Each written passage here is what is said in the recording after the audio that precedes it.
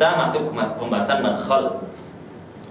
Madkhal ini kita ambil dari kitabnya Syekh Dr. Amir Bahjat yang beliau bersama timnya membuatnya. Itu ada berjudul Al-Madkhal ilal Fiqh. Ya, tidak ada terjemahannya, sayang sekali. Kita mau buat terjemahannya, tetapi karena dia berbentuk bagan agak kesulitan. Nanti kita akan bagikan secara kesimpulan saja. Nanti akan dibuatkan kesimpulannya dari tim admin yang akan membuatnya. Tetapi kita baca, ini kita terjemahkan. Mudah-mudahan bisa dipahami meskipun ini bahasa Arab. Baik, kita lanjutkan. Marhalah at-tasyrih. Jadi sebelum kita masuk ke fikih, kita harus mengetahui sejarah dulu. Sejarah fikih bagaimana? Ya, sejarah fikih bagaimana? Disebutkan marhalah fikih itu dia ada 4 marhalah. Ya, 4 marhalah. Yang pertama marhalah tasyrih. Marhalah awal kali diturunkannya wahyu, kemudian Nabi SAW menjalankannya, mengajarkannya kepada para sahabat Nabi SAW. Itu marhalah tasyrih, dimulai dari awal kali Nabi SAW diutus. Awal kali Nabi SAW diutus sampai tahun 11 Hijriah ya, sampai tahun 11 Hijriah. Yang kedua marhalah fikih qoblal madzahib. Marhalah fikih sebelum adanya madzahib yang 4 yang kita kenal dengan madhab al-arba'ah. Itu sampai sejak marhalah tasyrih dari abad setelah abad ke-11, kemudian sampai ke tahun 100 Hijriah, kira-kira seperti itu. Kemudian jadi sebelum adanya madhab yang 4 itu ada marhalah yang kedua, marhalah sebelum ada madhab yang 4. Marhalah yang ketiga adalah madhab fikih setelah adanya madhab yang 4 ini ya, setelah adanya madhab fikih yang 4 ini ya, sampai ke abad ke-13. Abad ke-13. Kemudian setelah abad ke-13 itu adalah marhalah keempat, yaitu marhalah zaman kita atau marhalah kontemporer seperti sekarang. Ya, kita beri kesimpulannya saja.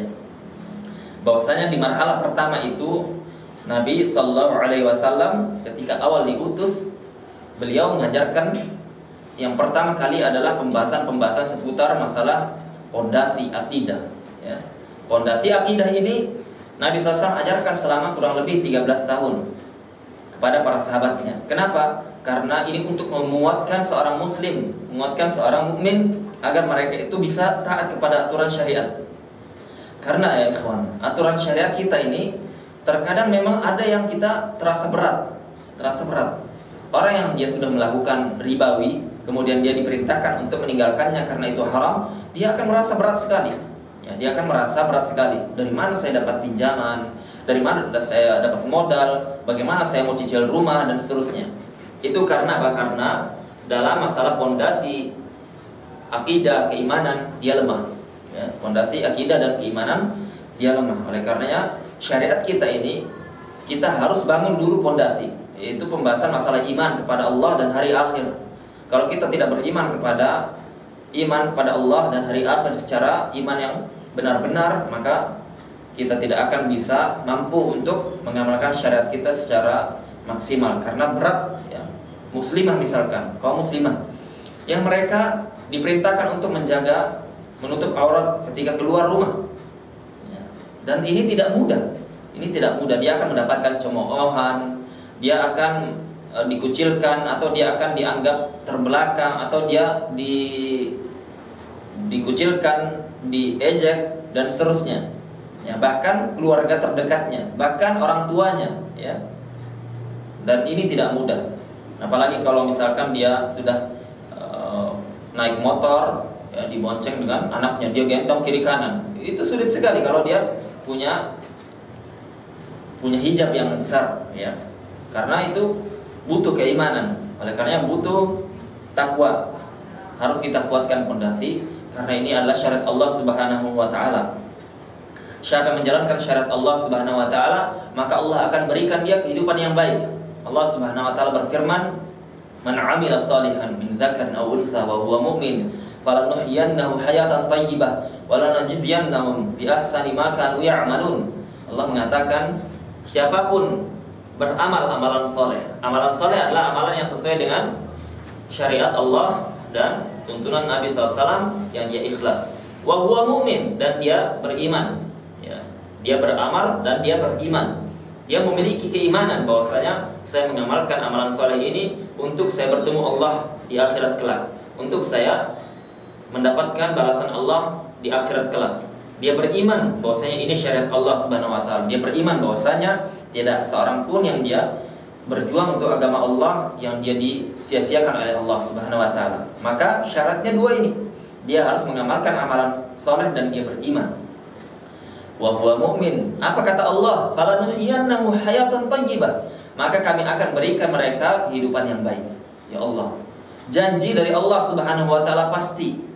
Allah Subhanahu wa taala yukhliful mi'ad, tidak akan mendustakan janjinya, tidak akan melanggar janjinya. Allah Subhanahu wa taala pasti memberikan janjinya. Barang siapa yang mengamalkan agama Allah, dia beramal dengan amalan yang soleh, kemudian dia beriman kepada Allah, maka dia akan mendapatkan kehidupan yang baik. Kehidupan yang baik itu di dunia maupun di akhirat. Di dunia dia tidak akan diberikan rasa khawatir, tidak akan diberikan rasa takut.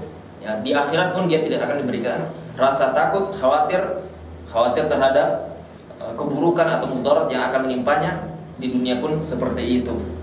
Maka dia akan diberikan kehidupan yang baik, yaitu ketenangan hati. Yaitu ketenangan hati ketika di dunia, dan di akhirat akan diberikan ridha Allah Subhanahu wa taala dan maghfirah Allah Subhanahu wa taala. Ya, seorang dia tidak mendapatkan ketenangan hati, dia tidak akan bisa bahagia selama di dunia. Allah Subhanahu wa taala memberikan seseorang kebahagiaan lewat apa? Lewat ketenangan hati. Allah Subhanahu wa taala memanggil orang-orang yang kelak akan dipanggil, yaitu orang-orang nafsul mutmainnah, yang hatinya tenang. Ya ayyatuhan nafsul mutmainnah, wahai para jiwa yang tenang, irji'i, kembalilah ila rabbik radiyatan mardiyah, kembalilah kepada Rabbmu dalam keadaan ridha dan diberikan keridhaan, ya. Dan masuklah ke dalam surgaku. Fadkhuli fi ibadi, masuklah bagian dari hamba-hambaku. Wadkhuli jannati, dan masuklah ke dalam surgaku.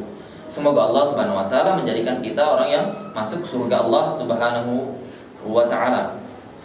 Kita mengatakan bahwasanya seorang yang dia beriman dan beramal soleh, dia akan mendapatkan kebaikan di dunia dan di akhirat.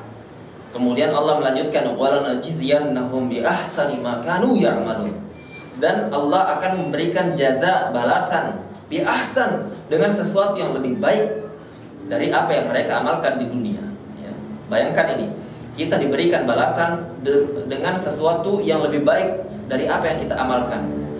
Ya, kalau kita pikir, ya, seseorang yang dia beramal, dia sholat tidak pernah perai, dia sholat sunnah ratusan rakaat, dia baca Al-Quran sampai dia itu tidak sanggup, dia qiyamul lail sampai dia pecah-pecah kakinya, dia puasa sampai dia kelaparan. Orang yang seperti itu, sekuat apapun dia beramal, dia tidak akan bisa menggantikan atau membayar surga Allah Subhanahu wa taala dengan amalannya. Tidak bisa diganti. Surga terlalu tinggi untuk kita gantikan hanya dengan amalan kita yang sedikit. Kemudian yang sedikit itu belum tentu kita ikhlas, yang kita sedikit itu belum tentu diterima. Maka kita katakan tidak bisa ditukar surga dengan amalan kita. Tetapi Allah Subhanahu wa taala dengan rahmatnya, dan ini Masya Allah, rahmat Allah sangat luas. Rahmat Allah sangat luar biasa terhadap kita. Karena Allah Subhanahu wa taala menjadikan amalan kita yang sedikit itu berbuah dengan sesuatu yang tinggi, sesuatu yang besar. Allah Subhanahu wa taala menjanjikan sesuatu yang sedikit tetapi pahalanya luar biasa.